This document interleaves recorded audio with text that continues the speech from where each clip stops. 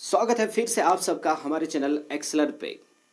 प्यारे बच्चों, जैसा कि आप सबको पता है कि ये बोर्ड एग्जाम्स आने वाले हैं और उसके साथ साथ कई तरह के कॉम्पिटिटिव एग्जाम्स भी होने वाले हैं, जिनमें नीट है और उसके साथ पैरामेडिकल एग्जाम्स भी होने वाले हैं। तो सभी बच्चे जो है वो प्रिपरेशन में जोरों शोर से लगे हुए हैं और हम आपकी प्रिपरेशन को, आपके इस प्रोसेस को आसान बनाने के लिए एक वीडियो पैकेज लाने जा रहे हैं।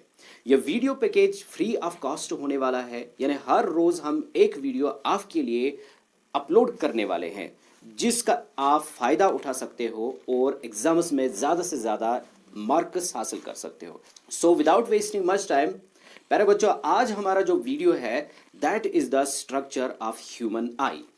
हमारी आंख जो है it is the second most complex organ after our brain. हमारे ब्रेन के बाद हमारी आंख ही हमारे जिस्म के अंदर सबसे ज्यादा कॉम्प्लेक्स ऑर्गन है and it is the most fascinating sensory organ, क्योंकि ये हमें पूरी दुनिया में जो भी कलरफुल वर्ल्ड हमारे चारों तरफ है वो हम देख पाते हैं हमारी आंख की वजह से। हमारी आंखें जो है they are located in our skull. हमारे स्कल में लोकेट होती है just in front of our face. जैसे हमारा जो फेस है इसके बिल्कुल आगे हमारी आंखें होती है, ये दो होती है। हमारी आंखें दो क्यों है? ऊपर वाले ने हमें एक ही आंख क्यों नहीं दी? क्योंकि दो आंखों से हम ज्यादा शार्प इमेज बना पाते हैं एज कंपेयर टू अगर हमारे पास एक ही आंख होती।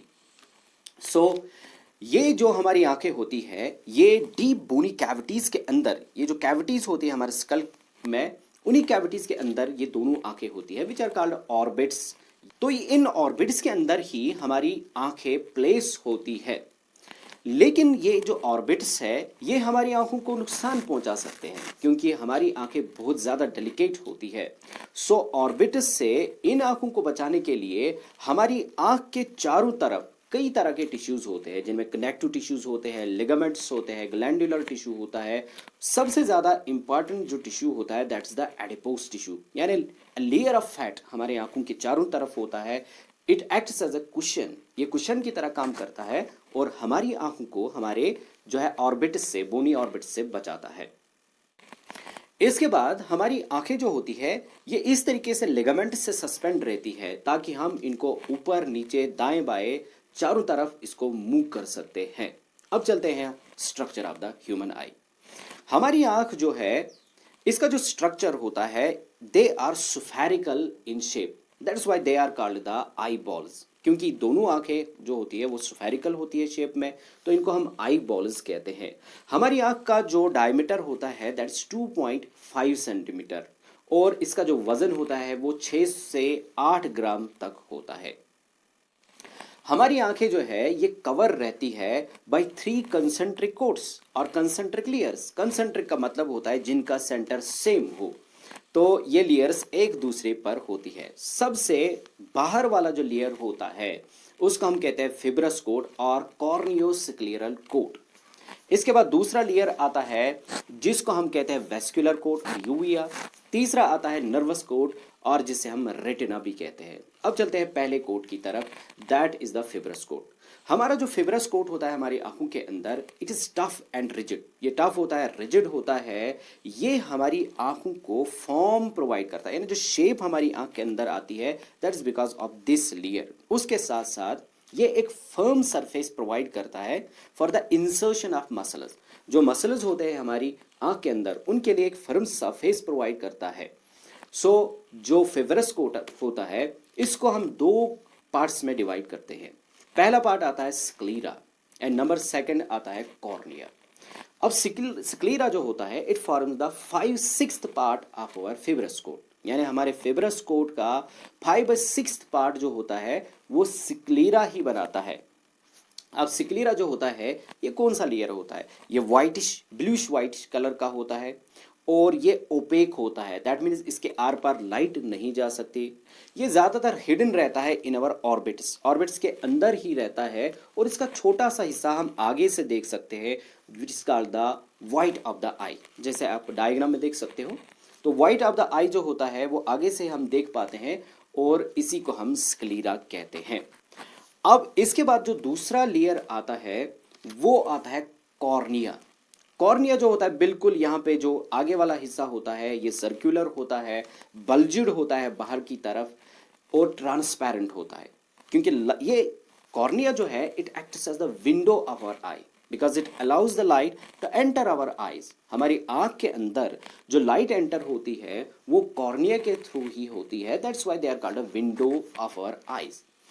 कॉर्निया बल्जिड होता है, जैसे मैंने पहले ही कहा, इट इज बल्जिड आउटवर्ड्स, ताकि ये लाइट रेज को रिफ्रैक्ट करके उन्हें हमारे रेटिना पे फोकस करने में हमें मदद करता है। इसके अलावा जो कॉर्निया होता है इसमें ब्लड वेसल्स नहीं होती, it is without blood vessels. तो कॉर्निया को नरिश कैसे किया जाता है? कॉर्निया को नरिश किया जाता है with the help of the lymph coming from the adjacent areas. जो एडजेसेंट एरियाज होते हैं वहां से लिम्फ आता है, उसी से कॉर्निया को नरिश किया जाता है। उसके अलावा क्योंकि ब्लड वेसल्स प्रेजेंट नहीं होती है कॉर्निया में, तो कॉर्निया जो है ऑक्सीजन यूटिलाइज करता है डायरेक्टली फ्रॉम द एटमॉस्फेयर। तो ये only part in the body है जो डायरेक्टली ऑक्सीजन को यूटिलाइज करता है एटमॉस्फेयर से। इसके बाद चलते हैं सेकंड कोट की तरफ, which is called the vascular coat और यूविया। अब वेस्कुलर कोट जो होता है इट इज इनकम्प्लीट कोट। ये इनकम्प्लीट कोट होता है क्योंकि आगे से जो है इनकम्प्लीट होता है, पीछे कंप्लीट होता है। ये बिल्कुल सिक्लेरा के साथ ही लगा होता है, जैसा कि आप डायग्राम में देख सकते हो यहाँ पे। इट इज हाईली वेस्कुलर, इसमें बहुत ज़्यादा ब्लड वेसल्स होती है और उसके साथ साथ बहुत ज़्यादा पिगमेंटेड सेल्स होती है। इसका कलर जो होता है वो डार्क ब्राउन होता है because it absorbs the light. ये लाइट को एब्जॉर्ब करता है ताकि आंख के अंदर जो स्कैटरिंग ऑफ लाइट है उसको प्रिवेंट किया जा सके, क्योंकि अगर हमारी आंख के अंदर स्कैटरिंग ऑफ लाइट होती है तो उससे हमारी जो इमेजेस होंगी वो ब्लर होगी, ब्लर इमेजेस बनेंगी, that will create problem in our vision. So इसलिए इसमें ज़्यादा पिगमेंटेड सेल्स रहती है। अब कॉर्निया जो है जैसा कि वो लाइट को एलो करता है तो वो हमारी आंख के अंदर एंटर हो जाती है और ये वाला लेयर उस लाइट को एब्जॉर्ब करता है ताकि स्कैटरिंग ऑफ लाइट को बचाया जा सके। इसमें जो ब्लड वेसल्स होती है दे नरिश द रेटिना, वो रेटिना को नरिश करती है। तो इस तरीके से इसका बहुत ज़्यादा इंपॉर्टेंट रोल रहता है। अब ये जो कोट है, जो वेस्कुलर कोट है, ये आगे जब हम कॉर्नियोसिक्लिरल जंक्शन पे पहुंचते हैं तो वहां ये अंदर मुड़ जाता है। अंदर मुड़ने पर इसका फिर जो है अनदर पार्ट बन जाता है। तो हम इस पार्ट को 3 हिस्सों में डिवाइड कर सकते हैं। One is the choroid, number second is the ciliary body and number third is the iris. तो 3 रीजन्स इसमें होते हैं जो हम इजीली ऑब्जर्व कर सकते हैं। तो पहला जो कोराइड लेयर होता है ये हाईली वेस्कुलर होता है, ये बिल्कुल सिक्लेरा के साथ लगा होता है। जैसा कि पहले ही मैंने इसमें कहा कि इसमें बहुत ज़्यादा पिगमेंटेड सेल्स होती है विच एब्जॉर्ब द लाइट और स्कैटरिंग ऑफ लाइट को प्रिवेंट करता है। अब इसका जो दूसरा पार्ट होता है दैट द सिलियरी बॉडी। जब ये कॉर्नियोसिक्लिरल रीजन पे पहुंचता है तो वहाँ ये अंदर की तरफ बेंट हो जाता है। बेंट होने पर एक तो ये आइरिस बनाता है और दूसरा ये सिलियरी बॉडी बनाता है। अब आइरिस हम आगे पढ़ेंगे। सिलियरी बॉडी जो है ये अंदर की तरफ आती है in the form of radiating folds. इसमें रेडिएटिंग फोल्ड्स होते हैं जो अंदर की तरफ प्रोजेक्ट करते हैं, जिनमें सिलियरी मसल्स होते हैं और ये जो सिलियरी मसल्स होते हैं they help in the adjustment of our lens, हमारी फोकल लेंथ को एडजस्ट करने में हमें मदद करते हैं।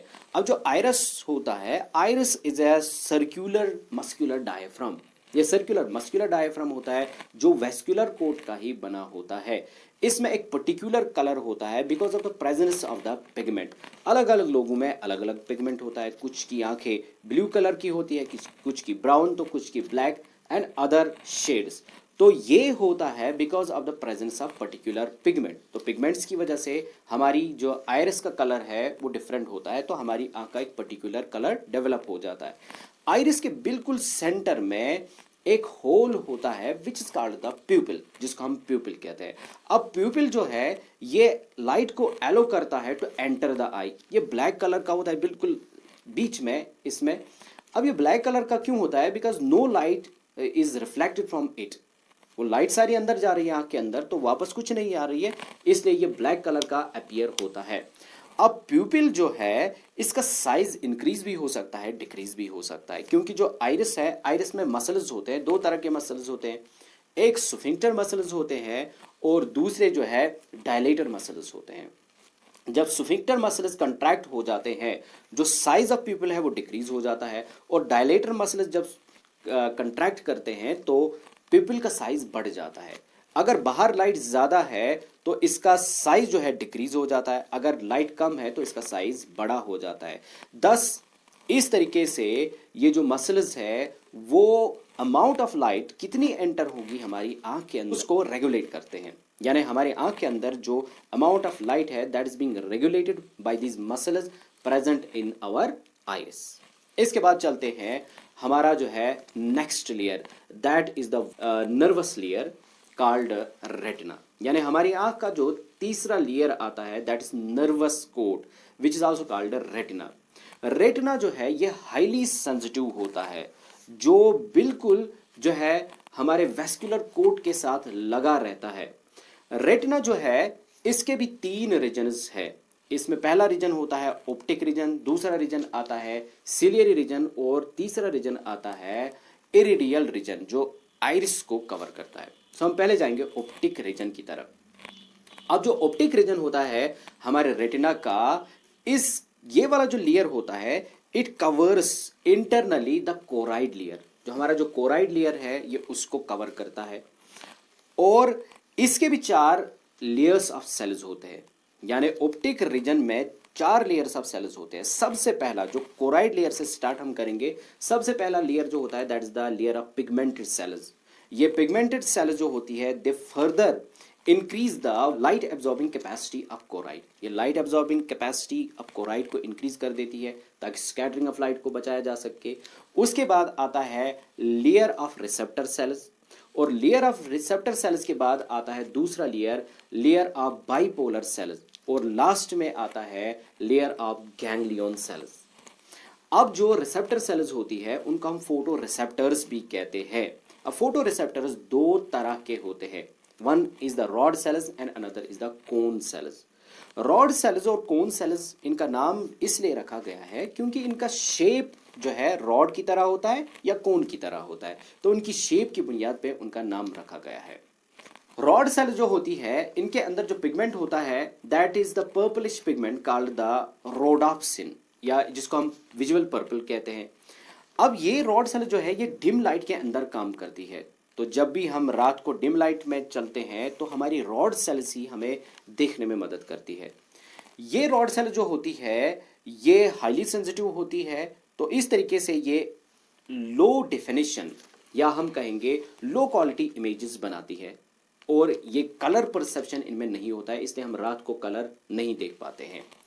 और जो कोन सेल्स होती है वो आयोडोप्सिन बनाती है और वो ब्राइट लाइट में काम करती है। यानी अगर जब हम दिन में ब्राइट लाइट में बाहर जाते हैं सनलाइट में, तो हमारा जो रोडोप्सिन होता है दैट इज ब्लीचड, वो ब्लीचड हो जाता है, तो कोन सेल्स एक्टिवेट हो जाती है और कोन सेल्स काम करती है। कोन सेल्स जो है कलर परसीव करती है, हम जो हाई डेफिनेशन इमेजेस दिन में देख पाते हैं that is because of the cone cells. तो डिफरेंट कलर्स के लिए डिफरेंट कोन सेल्स हमारे रेटिना के अंदर प्रेजेंट होती है। Some people have colour blindness जो because of the absence of certain kind of cone cells हो सकता है। सो इस तरीके से कोन सेल्स दिन के वक्त ब्राइट लाइट में काम करती है और रॉड सेल जो है वो रात के वक्त लो लाइट में काम करती है। तो इस तरीके से नर्व इंपल्स पैदा करके हमारे ब्रेन को सेंड करती है थ्रू द ऑप्टिक नर्व। हमारे रेटिना पे एक रीजन होता है जो बिल्कुल जो हमारा कॉर्निया है उसके आगे हमारे रेटिना के ऊपर रहता है, और ये जो रीजन रहता है इसको हम कहते हैं मैक्यूला ल्यूटिया। मैक्यूला ल्यूटिया जो होता है ये हाईली सेंसिटिव होता है जिसको हम येलो स्पॉट भी कहते हैं। इसके बीच में एक रीजन होता है जिसको हम जो है फोविया सेंट्रालिस कहते हैं, ये बिल्कुल इसके सेंटर में, जिसमें सिर्फ कोन सेल्स होती है, जिसमें कुछ भी रॉड सेल्स नहीं होती है। इसके बाहर जो number of rod sales and cone sales होता है वो ऑलमोस्ट जो है यूनिफॉर्म होता है, लेकिन यहाँ पे जो है रॉड सेल्स टोटली एब्सेंट रहती है। तो ये हाई डेफिनेशन इमेजेस बनाता है दिन के वक्त। और इसके अलावा हमारे रेटिना के ऊपर एक और स्पॉट होता है विच is called the blind spot. Blind spot वो रीजन होता है रेटिना में जहां से हमारा जो ऑप्टिक नर्व है वो आंख से निकल के हमारे ब्रेन की तरफ जा रहा है। यहाँ पे कोई भी जो है नर्वस कोट नहीं होता है, यानी rod and cone cells are absent here. इसलिए अगर यहाँ पे लाइट फोकस हो जाती है तो हम उस ऑब्जेक्ट को नहीं देख सकते because of the absence of the photo receptors. तो इस तरीके से रेटिना जो है इमेजेस को परसीव करके एक इलेक्ट्रोकेमिकल सिग्नल या नर्व इम्पल्स प्रोड्यूस करता है and sends it to our brain, और हमारा ब्रेन उन इमेजेस को देख पाता है। इसके बाद चलते हैं इनर टू आवर आई। जब हम अंदर जाते हैं आंख के अंदर तो हमारे कॉर्निया और आइरिस और लेंस के बीच में दो चैम्बर्स होते हैं। इनमें एक फ्लूइड होता है which is common, which is called the aqueous humour. ये जो एक्वस ह्यूमर होता है ये सीलियरी जो बॉडी है वो प्रोड्यूस करती है, और ये एक्वस ह्यूमर इसके अंदर फिल हो जाता है और रीएब्जॉर्ब हो जाता है इनटू द ब्लड वेसल्स। अब एक्वस ह्यूमर जो होता है ये वाटरी सबस्टेंस होता है, वाटरी लिक्विड होता है जो हमारे लेंस को सॉफ्ट रखता है। इसके बाद हम अंदर चलते हैं, लेंस और रेटिना के बीच में भी एक फ्लूइड जेल लाइक सबस्टेंस होता है जिसको हम वेट्रस ह्यूमर कहते हैं। तो वेट्रस ह्यूमर हमारे लेंस और रेटिना के बीच में पाया जाता है, ये ट्रांसपेरेंट होता है। इसके अलावा हमारा लेंस जो है वो सिलियरी बॉडी के बीच में प्रेजेंट होता है बाय सस्पेंसरी मसल्स की मदद से ये सस्पेंड रहता है वहां पे। हमारा लेंस जो है ये बाई कन्वेक्स लेंस होता है, ये अंदर की तरफ ज्यादा कन्वेक्स होता है as compare to outer side. जब लाइट हमारे कॉर्निया के ऊपर पड़ती है तो कॉर्निया जो है मैंने पहले ही कहा बल्ज्ड होता है, वो भी लाइट को थोड़ा सा रिफ्रैक्ट करके उसे डायरेक्ट करता है टुवर्ड्स आवर रेटिना, और फिर जब लाइट प्यूपिल के थ्रू पास होके हमारे लेंस पे पड़ता है तो लेंस उस लाइट को फोकस करता है हमारे रेटिना के ऊपर। तो इस तरीके से हम हाई डेफिनेशन इमेजेस को देख पाते हैं। सो प्यारे बच्चों, आपको हमारा ये वीडियो कैसा लगा कमेंट में ज़रूर लिखें, और हमारे आगे आने वाले जो हमारे वीडियो है उनको भी ज़रूर देखें। Thank you.